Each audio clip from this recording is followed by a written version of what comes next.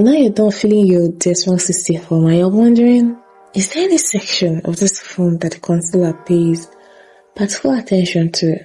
Like maybe stuff that may disqualify you, or maybe have them think twice on approving your visa. But then, this isn't the time to be thinking about this after you've filled this form already. Yeah? You should have thought of this before you filled the form. But I'm going to put your mind at rest and let you know if you've limited your chances or if you've increased it, actually.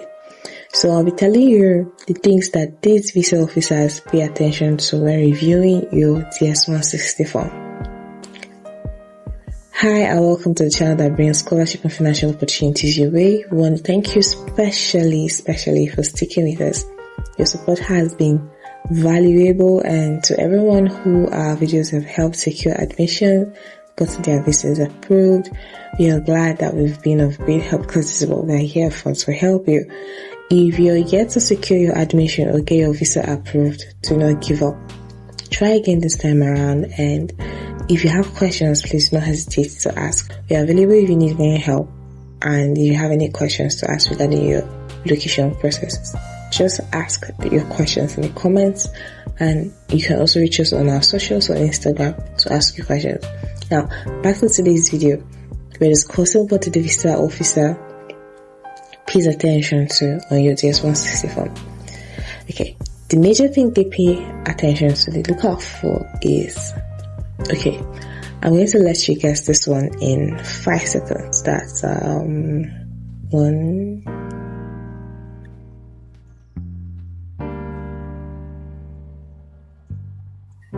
Okay, it's quite obvious. And if you said the security questions is what the consulars pay attention to, then you're right.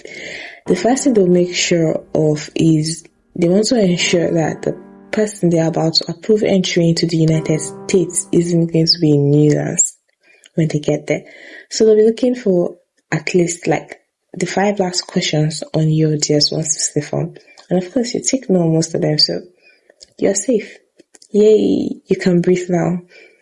Now, the next thing they're particular about is your social media. We told you guys in the previous video that it's best to use your LinkedIn profile when submitting your social media link, right? Now, and I hope you did that. As a rule, though, it's best that you're careful with what you post out there, especially on Twitter. I mean, Twitter is a level and everybody on Twitter has an opinion. However, I'll advise that you stay away from sensitive conversations online generally. I learned someone lost a job because he commented something nasty about a company in the past, and he totally forgot about what he said, only for them to tell him that this is what you did and then, sorry, we can't take you. Online, you see people reporting people to the companies they work with because of a comment they made. So it won't be any different with the visa officers. You might be tempted to talk about the current injustice going on in a certain country. I would advise you refrain from doing so. Ideally, you're supposed to fill in your LinkedIn profile in that part of the form.